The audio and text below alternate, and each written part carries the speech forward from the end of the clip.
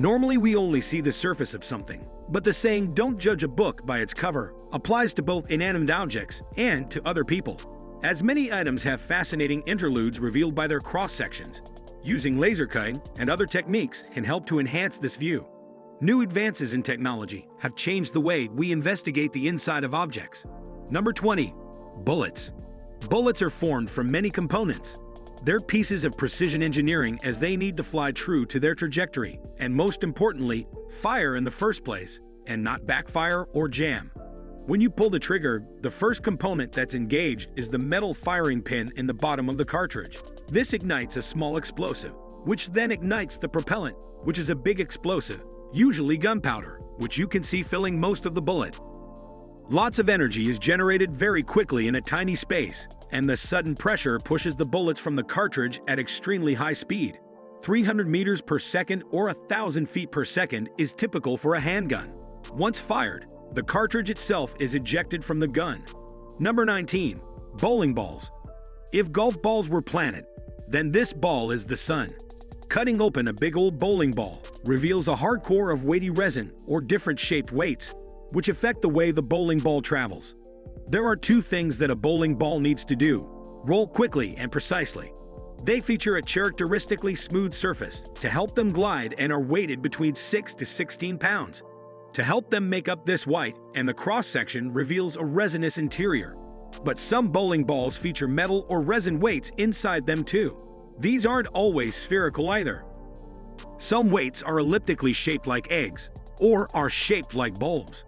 This is to influence the momentum of the bowling board, supposedly helping it to accelerate all the way up to the pins for maximum impact. Number 18. Golf balls. White painted on the outside. We all know the texture features of the golf ball's exteriors. Inside and out, they're actually staggeringly well engineered and undergo many analytical tests to assess how far they travel, how stable they are in the air, and how quickly they rise and fall. These are partly controlled by the ball's dimples, which create turbulence around its surface. But what forms their weighty interior? Photographer James Friedman took these great photos. These sliced golf balls have been perfectly cut in half to reveal their colorful cores, which are akin to gobstoppers or model planets. Some clearly have layers of different materials, which are color-coded depending on their intended effects on a golfer's game. One thing is for sure, golf balls are exquisitely built for something so frivolously hammered up the range, though not all of them are built equally. Number 17. Aloe Vera.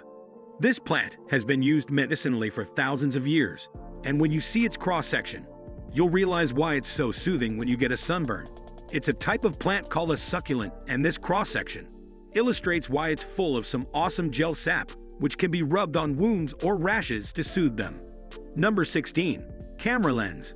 Here's some more mechanical intricacy. This cross-section reveals that a camera lens is an astoundingly complex bit of kit that comprises of many interlinked lenses that move in tandem in order to focus light onto a camera's film or digital sensor. Number 15. Shell. Nature's cross-sections always provide interesting forms. Shells are particularly complex, and when studied as a cross-section, the wonderful patterns are revealed in all their beauty. Some shells follow near-perfect logarithmic scales, namely the golden ratio, in accordance with Fibonacci. Where shells perfectly follow this phenomenon or not, they're still mystifying.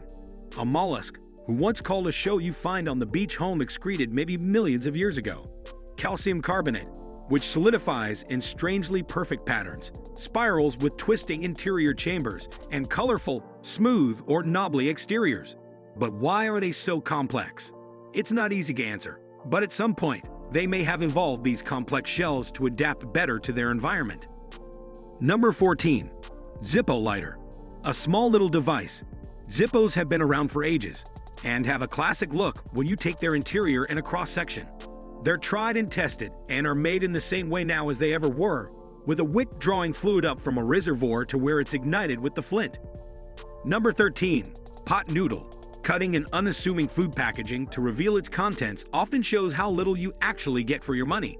This pot noodle contains a couple of inches tops of pot noodles. Okay, it's still a snack and a kind of tasty one at that, but it's a big pot that misleads you into thinking you're getting a big meal when actually you're just getting a small number of noodles. Number 12. Jawbreaker. They're rock solid and have a rocky banded interior where the multicolored layers of sugar stack up to form these mammoth-sized sweets. This amazing cross-section reveals the gobstopper's sugary colored layers. How beautiful! Number 11. Tortoise Skeleton. Want to really behold nature's complexity and beauty? The logical way is to go and cut a tortoise's skeleton in half, of course. Tortoises and turtle shells are extremely strong and encase all of the animal's vital organs. From this cross-section, we can see how the shell is essentially an extension of the ribcage. The stronger outer layer is fused to the ribcage and connected to the tortoise's vertebrae. This is why you should never pick up a tortoise or turtle by the sides or top of the shell, only ever underneath to support its skeleton. Number 10. Stem. This time we have a microscopic cross-section, incredibly detailed and colorful. It reveals the complexity of a plant stem, the main component of a plant, which supports it and brings nutrients up from the ground. There are a few different cells in a plant stem, but there are two main ones, which you may recollect from school, named xylem and phloem. They both bring up nutrients from the stem, but xylem are actually primarily dead cells that form the hard core of an adult stem, whereas phloem is still living flexible tubes. Number 9. Plane. It's not just small things that humans have cut in half. This cross-section reveals just how much storage there is beneath your feet as you're flying on an airplane. Some of us love flying and some of us hate it. Whichever camp you're in, this cross-section may or may not help you appreciate the structural integrity of a plane. There really is a much metal separating you with the outside. But don't worry, plane testing these days is absolutely brutal. For example, most wings can flex an amazing 90 degrees. Number 8. Lock and key. An everyday item that we never see the inside of a lock and key is a surprisingly complex bit of engineering. We take them for granted. They do so much work for us, securing our houses day and night, our cars, our school lockers, and our luggage. But how do they work? This cross-section reveals the lock's barrels with several pins. When the key is pushed in, the pins are pushed down until they become flush with the barrel, which will allow the lock to turn. If the wrong key is inserted, some or all of the pins will still lock the door's barrel, preventing it from turning. Number 7. Toothpaste. Ever wondered how the stripes in your toothpaste don't get mashed up? This cross-section reveals all. Well, most of it anyway. It reveals that firstly, the stripes aren't coiled up inside the tube, but instead, the tube contains one big core of striped gel and paste.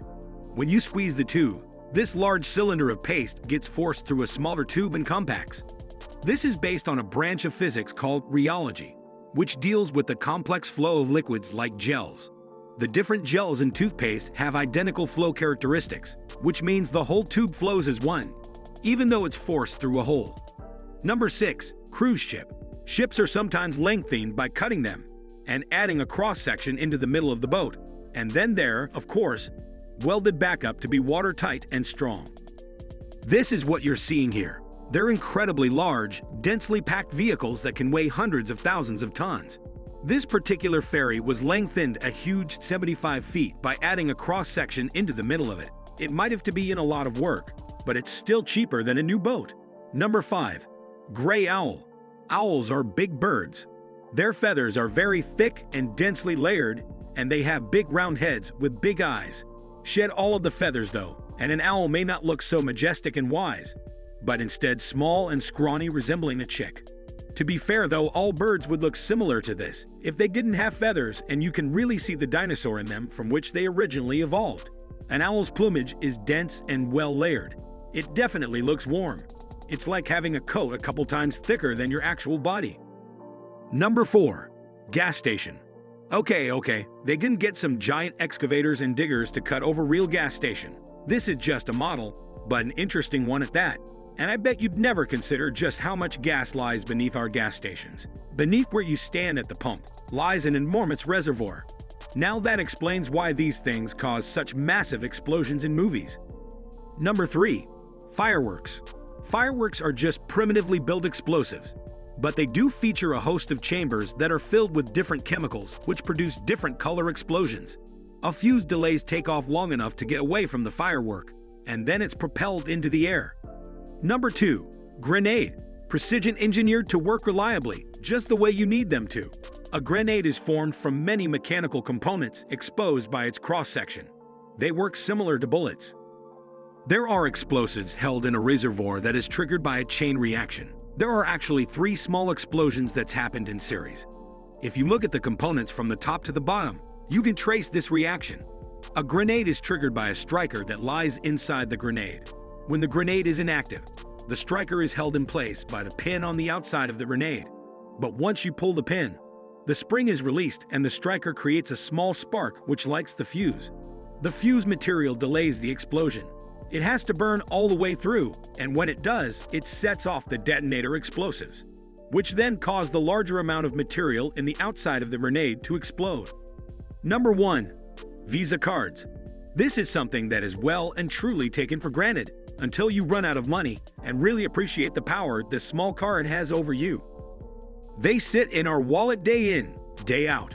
It might seem like they just contain a chip, but don't forget the card strip too that lies below the chip within the card's slim interior. There's more metallic circuitry here than you guess, as Visa cards aren't just plastic after all. There are certainly some extremely cool cross-sections here. Which cross-section did you think was the most interesting? Leave a comment down below to let me know. Also, if you enjoyed this video, please make sure to subscribe clicking that bell icon to stay updated. Thanks for watching.